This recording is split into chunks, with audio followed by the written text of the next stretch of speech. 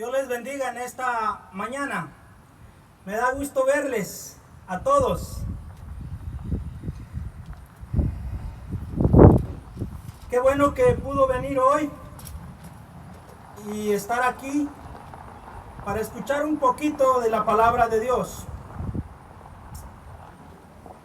El tema de hoy le he titulado Viviendo por encima de la duda. La duda tiene varios disfraces. Uno de los disfraces que tiene la duda es que nos cierra la mente para seguir confiando en Dios y creer que Él cumplirá sus promesas. A veces la duda no nos deja creer que Dios puede llevar a cabo sus planes en nuestras vidas. Otra de los disfraces que tiene la duda es la ansiedad. Nos comenzamos a veces a preguntar, ¿qué pasará más adelante con mi vida? Si estará bien. ¿Qué me pasará cuando llegue a cierta edad? Hace unos días yo me puse a pensar, ya se va a ir Bella al colegio el próximo mes, o dentro de un mes y medio. Y parece que no, pero viene la duda de cómo le va a hacer. Nunca se ha ido de la casa. Si va a estar bien. Pero también luego viene esa confianza. Bueno, su vida está en Dios. Dios la va a cuidar. Dios la va a proteger. Y me trae esa paz. Así que nos toca a veces combatir la duda con la confianza en Dios.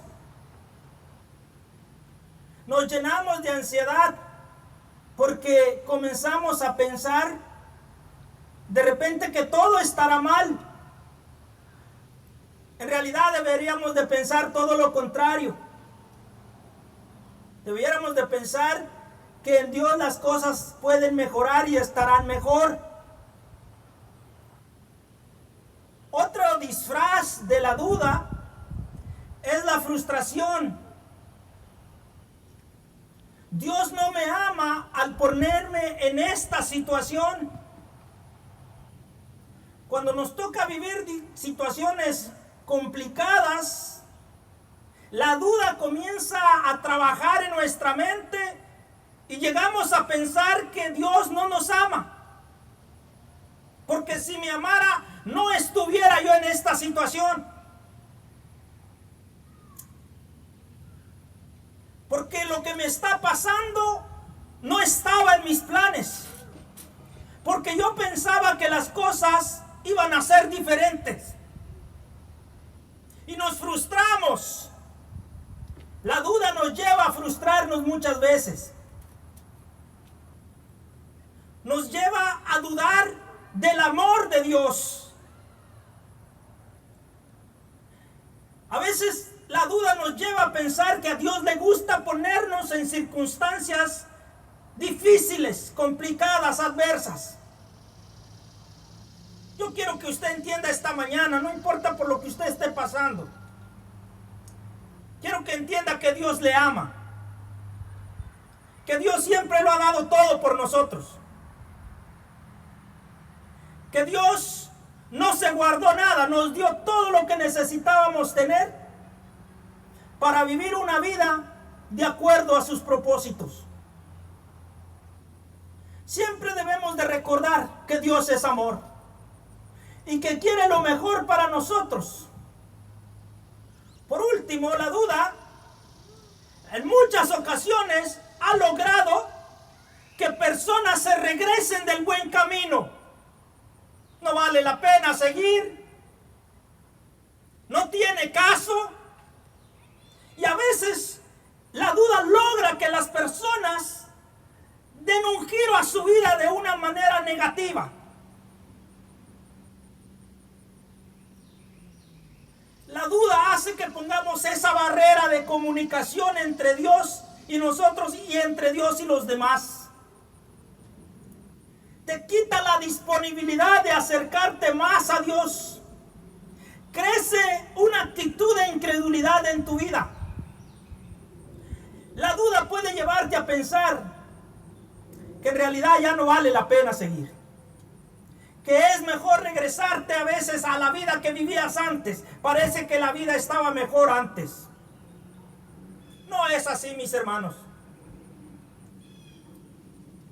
Mis hermanos deben de saber que aquellos que convierten la duda en sus vidas como una manera de vivir, pasarán su vida en un desierto espiritual. En ese desierto donde no se puede vivir la vida plena que Dios ha planeado para usted. Usted se puede imaginar qué vida le espera a alguien vivir en un desierto. La duda, eso es lo que quiere. Que usted y yo vivamos que tengamos una vida desértica. Que no produzcamos nada. Que lo único que miremos en la vida sea puro polvo. Pura tempestad, pura resequedad. Eso es lo que quiere la duda. Nos quiere mantener ahí, diciendo que no se da nada. No puedo lograr nada en la vida.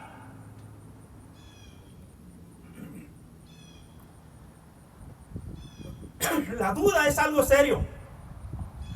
En las Escrituras encontramos varios personajes que lucharon con la duda. Por ejemplo, en el Antiguo Testamento tenemos la historia del profeta de fuego, el profeta Elías. Elías, a quien los cuervos le llevaban de comer por mandato de Dios durante la sequía al monte Oré. Elías, aquel profeta quien encaró al rey Acab y le dijo: eres tú y la casa de tu padre que turba a Israel. El que con una oración hacía que el cielo soltara la lluvia. El que con una oración, aquel profeta que hizo una oración y hizo que el hijo de la viuda de Sarepta regresara a la vida.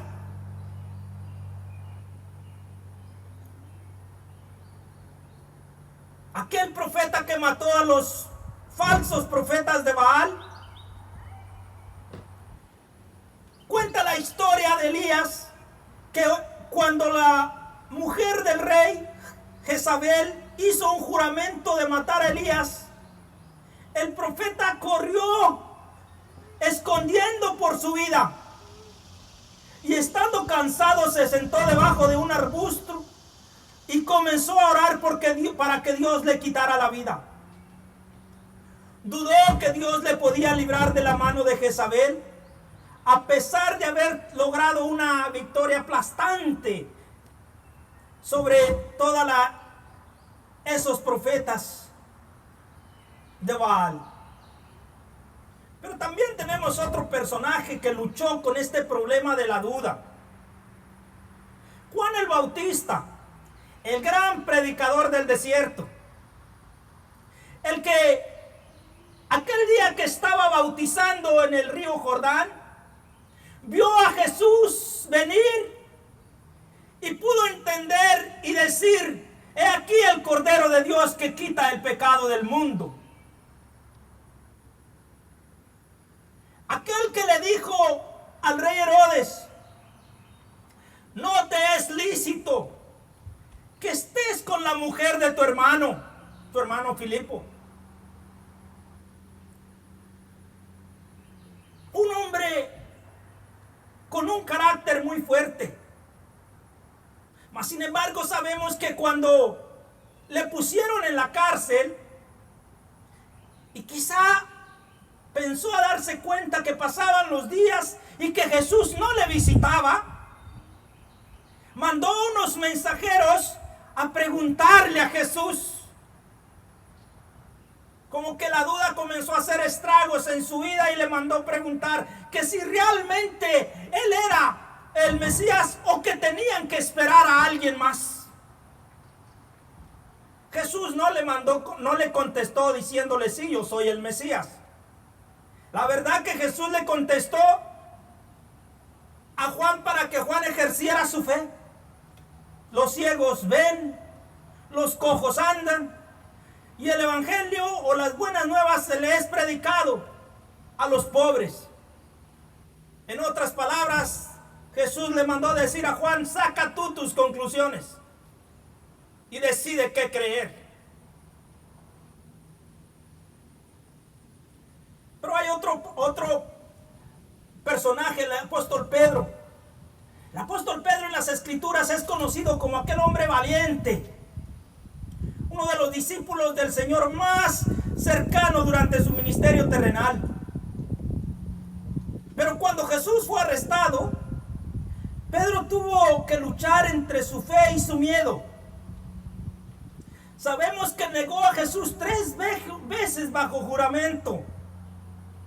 Mas sin embargo, mientras estaba con Jesús, mostraba tanta fortaleza en su fe que pareciera que nada ni nadie le haría dudar.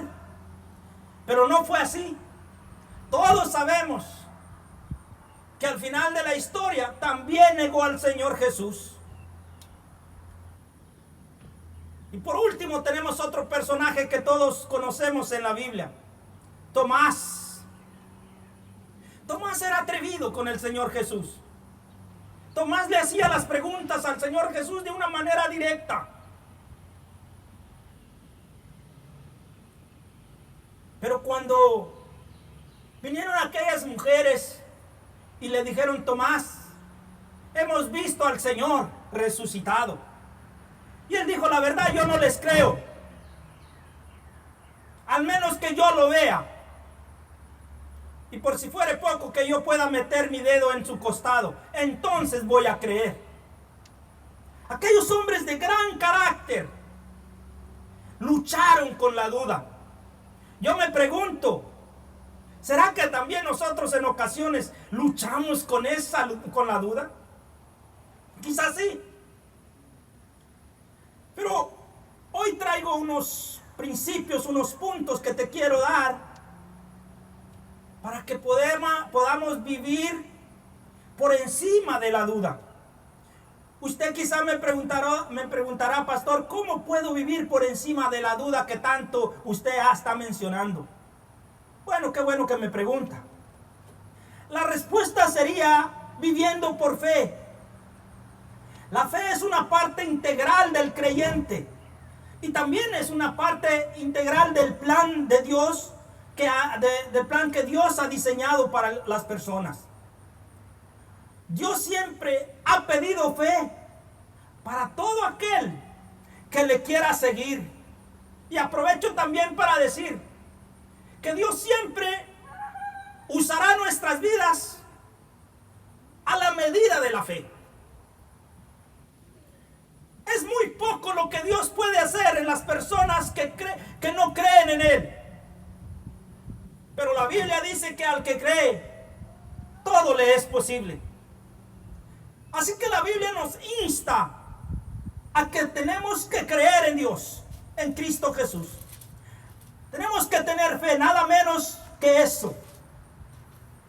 Cuando la fe reemplaza la duda, el gozo y el conocimiento de Dios se hace realidad en la vida del creyente. Hay un gozo, hay un conocimiento por la fe que se tiene en Cristo Jesús. Así que la primera cosa que quiero que medites esta mañana: ¿cómo puedes saber si vives por encima de la fe?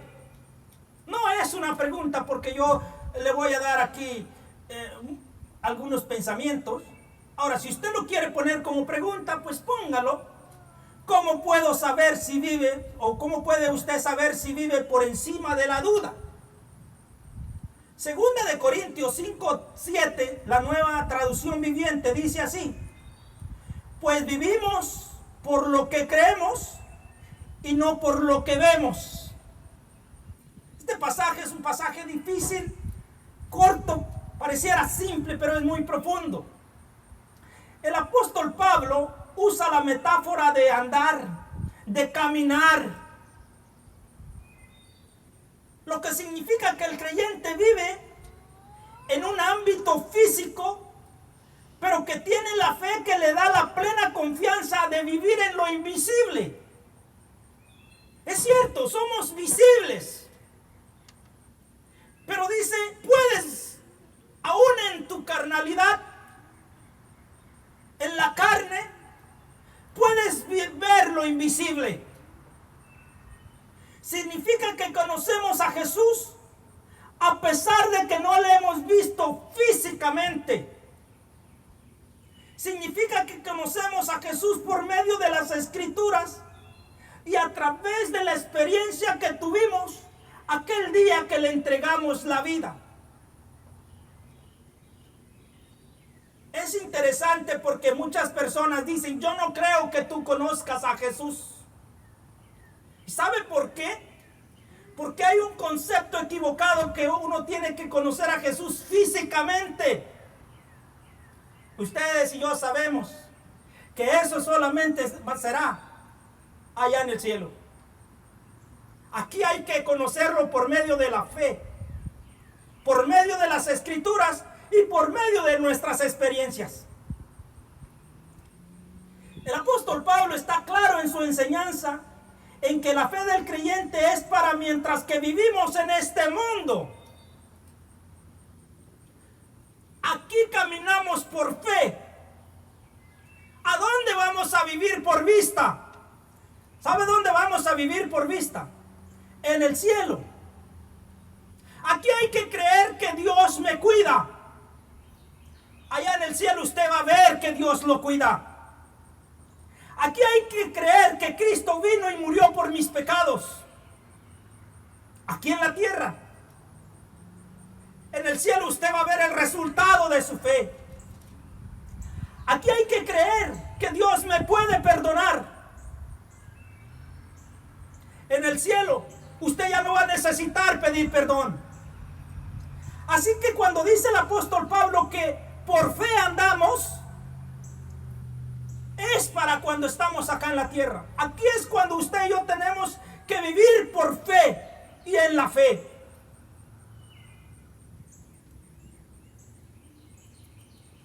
Allá en el cielo ya no va a necesitar creer muchas cosas.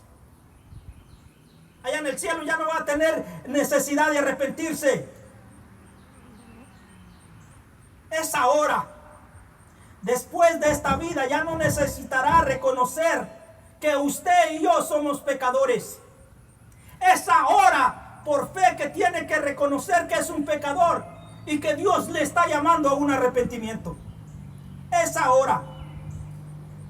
Vivir por encima de la duda significa conocer a Jesús y ajustar todas mis acciones a lo que dice su palabra. No se puede llevar un estilo de vida que no se ajuste a las cosas de Dios y pensar que estoy viviendo por fe. Eso sería muy contradictorio a lo que enseñan las Escrituras y a lo que las personas esperan ver de un creyente. Así que si tienes una vida llena de oración, es una señal que estás viviendo por encima de la duda. Porque crees en la oración, crees en el poder de la oración, practicas la oración en tu diario vivir. Ahora bien, si no tienes una vida de oración, debes de ponerle cuidado, porque la oración es vital en la vida de aquel que conoce a Jesús como su único Salvador. Si tienes el hábito de leer la palabra de Dios y la llevas a la práctica, es otra señal de que estás viviendo por encima de la duda. Yo no soy quien para decirte estás viviendo por encima de la duda o estás viviendo en duda. La idea es que tú puedas sacar tu conclusión. Pero si lees la palabra de Dios es que usted ha entendido que no tan solo de pan vive el hombre. La oración y la palabra de Dios son como el beber y el comer en la vida de las personas. Mis queridos hermanos, no se puede vivir sin esas dos cosas la vida que agrada a Dios. El apóstol Pablo dice que el creyente vive por lo que cree. Creemos en la oración, creemos en la palabra que nos guía, creemos en la adoración. Ahora bien, en segundo lugar, para que podamos vivir por encima de la duda, tienes que edificar tu vida. La Biblia dice en la traducción lenguaje actual, en Hebreos 11, 9 al 10, dice: Abraham confió tanto en Dios que vivió como un extranjero en el país que Dios le había prometido. Vivió en tiendas de campaña igual que Isaac y Jacob, a quienes Dios también les había prometido ese país. Abraham confiaba en que algún día vería la ciudad que Dios había planeado y construido sobre bases firmes. Nuestra fe se edifica cuando lo que Dios nos pide es irrazonable. Mis queridos hermanos, cuando Dios le pide a usted algo que no tiene sentido humanamente. No tenía mucho sentido lo que Dios le pidió a Abraham cuando le dijo: vete lejos de tu familia a un lugar que yo te voy a mostrar. Abraham agarró a su familia y sin preguntar dijo: ok. Por fe le creyó a Dios y salió de Ur hacia un lugar desconocido, solamente creyendo que Dios le guiaría. Por eso se llama el padre de la fe. No tenía sentido cuando, después de tanto tiempo, de la promesa de Dios, Abraham andaba como un nómada. Se ponía su carpa allá, iba para otro lado y se ponía su carpa allá, esperando que Dios le dijera: este es el lugar. Le voy a decir algo, hermanos. Toda su vida de Abraham anduvo de un lado a otro, y la verdad, ni siquiera vio en su vida física hecha esa realidad, porque fueron muchos cientos de años después que el pueblo de Israel entró a la tierra prometida. Pero él creyó a Dios. Ahora bien, no tenía sentido cuando Dios le pidió a Abraham que sacrificara a su único hijo. Pero Abraham fue y hizo el altar y puso a su hijo Isaac.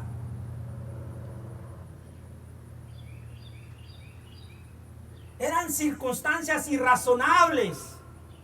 Pero una cosa le digo: en todo esto que le tocó vivir a Abraham, él fortaleció su fe, él edificó su fe. Entre más circunstancias adversas le venían, su fe era más grande, más grande.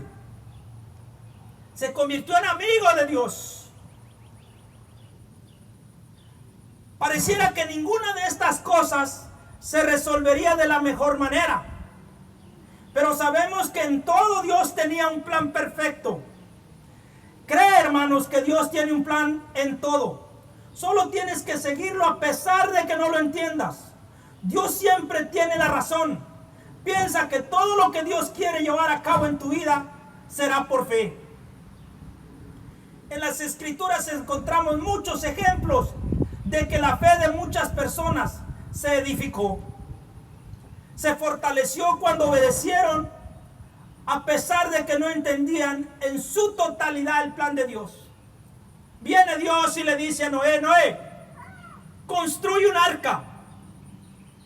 Nunca había llovido del cielo hacia abajo. Noé, sin cuestionar, comenzó a construir el arca, porque le creyó a Dios. Pasaron muchos años y él seguía construyendo el arca y no llovía. Cuando terminó de hacer el arca, comenzó a llover. No tenía sentido. Viene Dios y le dice a Josué: Josué, da algunas vueltas aquí alrededor de estas murallas. Una diario, y el último día date 7 vueltas. Y que toquen la trompeta. Josué no sabía en realidad que las murallas se iban a caer.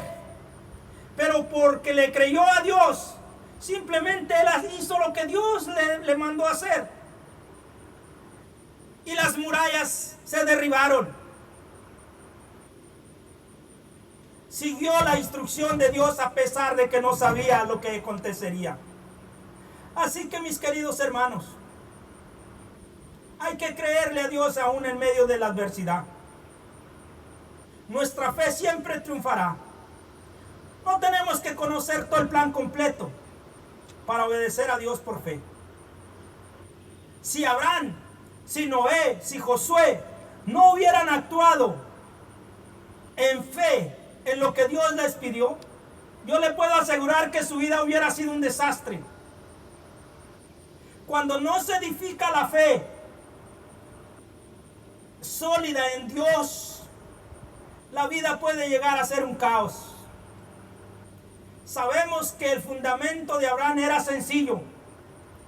Él sabía que Dios era poderoso para hacer las cosas que le ayudarían para bien. La fe, mis queridos hermanos, es atrevimiento, es tener carácter. Estos hombres que les he acabado de mencionar tuvieron una fe atrevida. Atrévete a creerle a Dios. ¿Por qué digo eso? Usted ha leído una historia en el Antiguo Testamento. La madre de Moisés, llamada Jocabed, y su esposo Amram se atrevieron a poner a aquel bebé, en un canasto, y lo aventaron en el río Nilo, creyendo que el niño y el canasto no se hundiría. ¿Y sabe qué? No se hundió. Fue un atrevimiento. Usted y yo quizás no nos atreviéramos a poner a un bebé en el río. Le digo que la fe es atrevimiento, pero atrevimiento en Dios. A veces nos atrevemos a hacer otras cosas, pero cuando se trata de Dios no nos atrevemos. El apóstol Pablo nos recuerda que hay que edificar la fe. Así que la fe viene como resultado de oír el mensaje, y el mensaje que se oye es la palabra de Cristo. Nunca debemos de cansarnos de escuchar la palabra de Dios, porque nuestra fe se edifica cuando atendemos a escucharla. La fe se edifica cuando tomo decisiones que me exigen tener fe en Dios. Cuando tomamos esa decisión, seguramente veremos hecho una realidad el pasaje que se encuentra en Marcos 9:23, que para el que cree todo le es posible. Nunca voy a olvidar cuando le dije a mi esposa: quiero irme a estudiar, dejarla a ella con Franklin. Hazte cargo de todo aquí, yo me voy. Y me fui. Es una de las mejores decisiones, de lo más atrevido que yo he hecho. Pero en realidad no me arrepiento. Creo que fue lo mejor que he hecho en mi cristianismo. Por último, hermanos,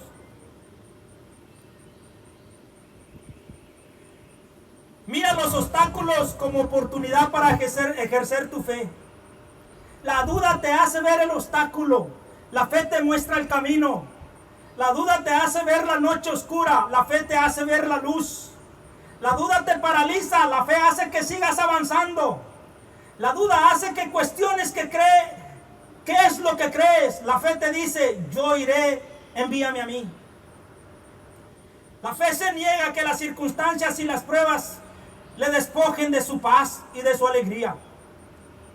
En lo personal, mi fe hace que me niegue a verme con lástima cuando estoy viviendo luchas o pruebas, cuando me pasan cosas muy desagradables.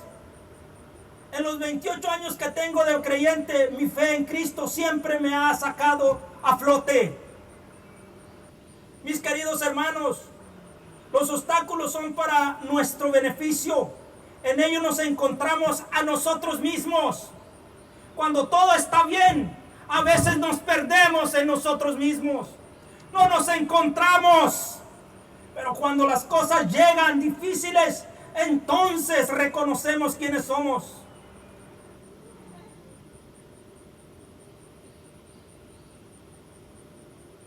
Fue en mi prueba cuando descubrí mi vocación de pastor. Fue en mi prueba que descubrí que yo podía predicar. Encontré a mi Dios. Y después de eso he tratado con todo mi corazón de construir un puente con los pedazos de mi vida para que otros conozcan a Cristo Jesús como su único Salvador.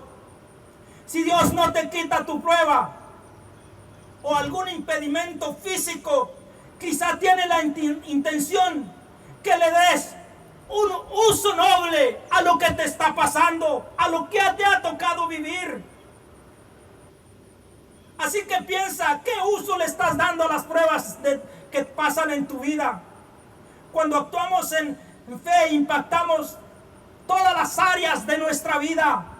Impactamos a la familia, impactamos a los hijos, impactamos a la esposa, al esposo, impactamos en la área de finanzas, impactamos en la iglesia, impactamos en nuestra comunidad, en nuestro trabajo. Cuando aprendemos a vivir por fe, piense en las muchas personas que por obedecer a Dios les tocó vivir y realizar cosas por su fe. La Biblia dice que por fe Sara recibió fuerzas para engendrar cuando ya era una anciana. La Biblia dice que por fe, a pesar de que Moisés creció en el palacio de Faraón y fue criado por la hija de Faraón, rehusó a llamarse hijo de ellos. Por su fe, aquella mujer Rahab no pereció porque escondió a aquellos espías. Mi hermano, termino con esto. No sé lo que estés viviendo, pero si me lo permites, me gustaría elevar una oración por ti y por tu familia.